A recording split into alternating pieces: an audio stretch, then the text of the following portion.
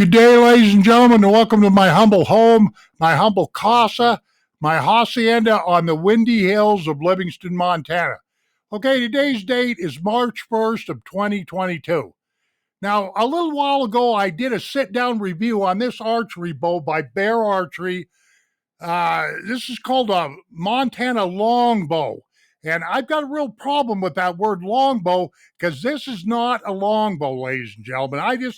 I just kind of went along with it when I was doing the video, but I had a really tough time doing that video knowing that this is an American flat bow.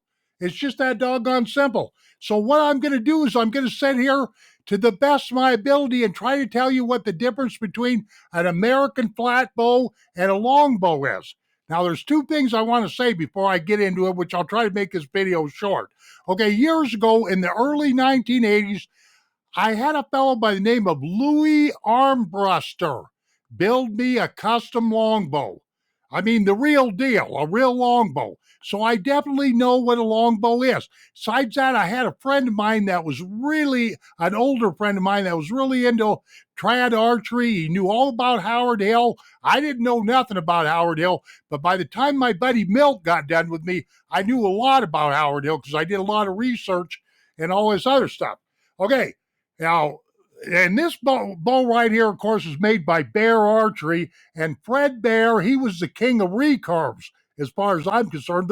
Both these gentlemen are dead now, but they did a lot for archery. You know, Fred Bear with his recurves and Howard Hill with his longbows. Okay, one other thing I want to say here real quick, is in the world of archery, in the history of archery, ladies and gentlemen, there has been many styles and configurations of bows that have come down the pike. You got Mediterranean bows, Turkish bows, Indian bows, horn bows, flat bows, Old English longbows, which is what I'm kind of leading to. And this list just goes on and on. I couldn't even name them all off. There's a lot of them. But for this instance, for this time period right here, I'm just trying to tell the difference between an American flat bow like this right here and a longbow. Okay. But I don't own a longbow anymore, so I can't say, well, look at this and look at this and look at this comparison, because I just don't have that bow. I sold it to a good friend of mine. I remember that bow it pulled 63 pounds at 29 inches of draw, and it was 70 inches long. I remember that all too well. But we'll talk about that here in a minute. Okay, on this handle, I'm just using this for an example. This is an American flat bow, really, but Bear's calling it a longbow, so be it. But this handle right here, on most longbows, they're only 4 inches long, which on this one, it's 4 inches long. But there's no swell in here. There's no, a pistol grip or any of that. On a longbow, it's got a handle that just comes straight across here. It's almost like grabbing a board, okay? And then the shelf. See this shelf right here? The shelf on a longbow, right where my glasses are, is just, sometimes these longbows don't even have a shelf. You're just kind of shooting right over the top of your fingers right here. I never liked that idea because I never wanted to be wearing a feather inside my hand, You got to kind of watch that. That's a little rough when you get those kind of bows like that where you're shooting right off the top of your hand. But that's the way a lot of the old longbows used to be.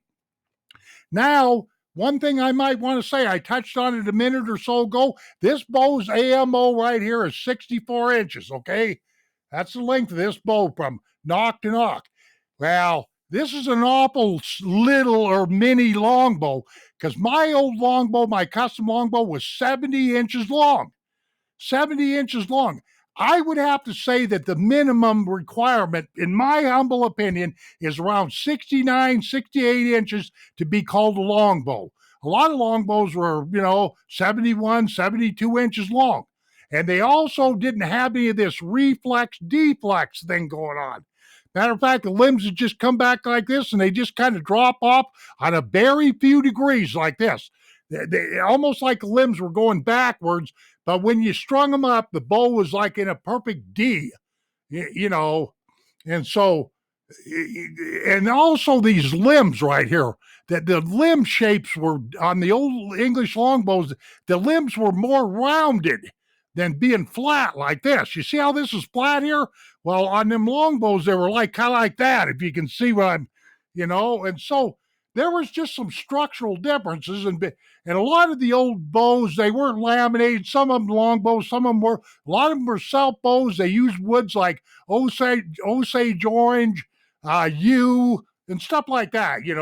So I just thought I'd point this out and do a different video other than, because my first video I did today, I was really hard for me because I kept wanting to explain what a longbow was.